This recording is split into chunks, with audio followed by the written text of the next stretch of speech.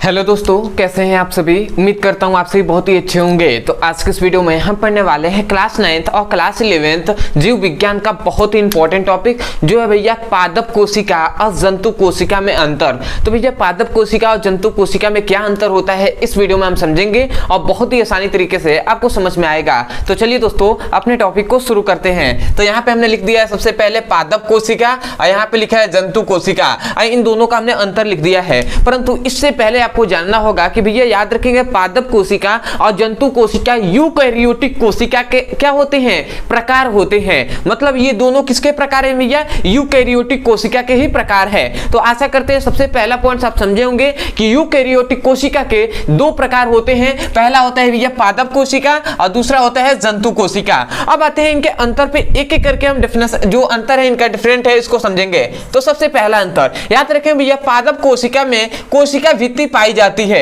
याद रखेंगे भैया पादप जो कोशिका होता है उसमें कोशिका भित्ति पाई जाती है, परंतु याद रखेंगे जंतु जो कोशिका होता है इसमें कोशिका भित्ति नहीं पाई जाती। क्या, इसलिए हमने लिखा है जंतु कोशिका में कोशिका भित्ति क्या नहीं पाई जाती है, कि नहीं पाई जाती है। तो इस पॉइंट को याद रखेंगे कि पादप कोशिका में कोशिका भित्ति पाई जाती है और जंतु कोशिका में कोशिका भित्ति नहीं पाई जाती है। तो आशा करते हैं सबसे पहला जो पॉइंट है ये आपको अच्छे से समझ में आ गया हो गया। अब हम लिख लेते हैं दूसरा पॉइंट। तो याद रखेंगे इस कोशिका में हरित लवक पाया जाता है। मतलब पादप कोशिकाओं में क्या हरित लवक पाया जाता है, परंतु याद रखेंगे जो जंतु कोशिका होते हैं इनमें हरित लवक नहीं पाया जाता है। इसलिए हमने लिखा है कि इस कोशिका में हरित लवक नहीं पाया जाता है। ठीक है, अब भैया हरित लवक का क्या है भैया, जो क्या करते हैं इसी के कारण हरित लवक के कारण ही भैया जो पेड़ पौधे होते हैं वो हरे क्या दिखाई देते हैं हमें। ठीक है, वो हरे होते हैं। और हरित लवक का कार्य क्या है भैया, सूर्य से प्रकाश लेकर क्या भोजन बनाना। तो आशा करते हैं ये दो जो पॉइंट्स है ये आपको बेहतरीन तरीके से समझ में आ गया होगा।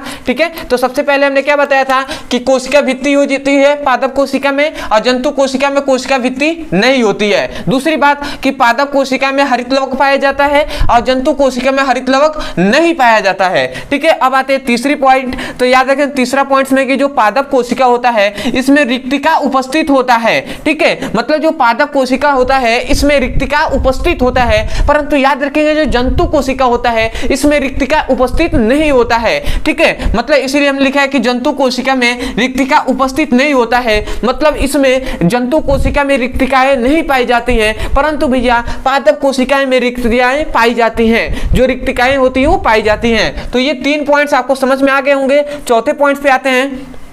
तो याद रखें जो मतलब यहाँ पे हमने क्या लिखा है कि इस कोशिका में सेंट्रोसोम नहीं पाया जाता है। ठीक है सॉरी, मतलब क्या होगा कि पादप कोशिका में जो सेंट्रोसोम होता है ये नहीं पाया जाता है। याद रखेंगे सेंट्रोसोम क्या अंग्रेजी शब्द है। ठीक है, तो इसको याद रखेंगे इसमें सेंट्रोसोम नहीं पाया जाता है, परंतु जो क्या होता है जंतु कोशिका होती है इसमें सेंट्रोसोम उपस्थित होता है। मतलब इसमें पाया जाता है किसमें भैया, जंतु कोशिका में। तो इस पॉइंट को याद रखेंगे कि इसमें सेंट्रोसोम नहीं पाया जाता और जो जंतु कोशिका होती है इसमें सेंट्रोसोम पाया जाता है। ठीक है, तो ये चार पॉइंट्स हो गए। अब पांचवा पॉइंट जान लेते हैं। ये बहुत ही पांचवा पॉइंट इंपॉर्टेंट है। याद रखेंगे भैया कि जो पादप कोशिका होता है इसमें जो केंद्रक होता है, मतलब पादप कोशिका में जो केंद्रक होता है वो परिधि की ओर होता है। मतलब जो परिधि के किनारे होता है। ठीक है, मतलब जो पादप कोशिका जो होता है उसमें जो केंद्रक होगा वो परिधि की ओर होता है, परंतु याद रखेंगे जो जंतु कोशिका होता है ना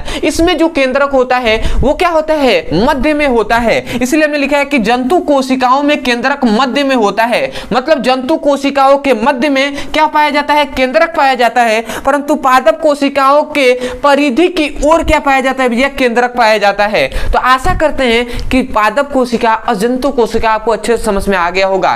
तो मैं यही कहूंगा यदि सच में आपको इस वीडियो से सीखने को मिला हो, यदि समझ में आया है तो सबसे पहले तो चैनल को सब्सक्राइब कर दीजिएगा, वीडियो को लाइक कर दीजिएगा, हो सके तो हमें कमेंट सेक्शन में जरूर बताइएगा कि आपको वीडियो कैसा लगा। अदरवाइज यदि किसी भी क्लास का कोई भी टॉपिक समझ में नहीं आता है फिजिक्स केमिस्ट्री में, तो केवल आपको उस टॉपिक का नाम लिखना है यूट्यूब पर, अंत में हमारे चैनल का नाम लिख देना है पीबीसी ब्रदर सर, आपको वीडियो मिल जाएगा, वहां जाकर अच्छे से पढ़ाई कर सकते हैं। अदरवाइज आपके लिए यहाँ पे नंबर दिया जा रहा होगा, इस नंबर पे आप व्हाट्सएप करके किसी भी क्लास का फिजिक्स केमिस्ट्री और बायोलॉजी का लिंक प्राप्त कर सकते हैं और वो लिंक जो मिलेगा उससे आप अपने सिलेबस को पूरी तरीके से कंप्लीटली पढ़ सकते हैं एक ही जगह से। दूसरी बात, यदि सभी इंपॉर्टेंट टॉपिक को आप पढ़ना चाहते हैं तो इस नंबर पे व्हाट्सएप करके किसी भी क्लास का लिंक प्राप्त कर सकते हैं। ठीक है, तो ये आपके लिए यूजफुल होगा नंबर, इस नंबर पे व्हाट्सएप करिएगा, ठीक है। बहुत से स्टूडेंट ऐसे हैं जो फोन कर देते हैं, तो भैया ज़्यादा स्टूडेंटों को फोन आने लगता है, तो इस तरह थोड़ा दिक्कत हो सकता है, तो आप समझ सकते हैं, ठीक है। क्योंकि आप ही नहीं है, बहुत सारे स्टूडेंट हैं, तो मैं यही कहूँगा कि भैया हो सके तो मतलब व्हाट्सएप कीजिएगा, अच्छा रहेगा, ठीक है। तो चलिए दोस्तों, आज के लिए इतना ही, मिलते हैं अगली वीडियो में, तब तक के लिए धन्यवाद। जय हिंद, जय भारत।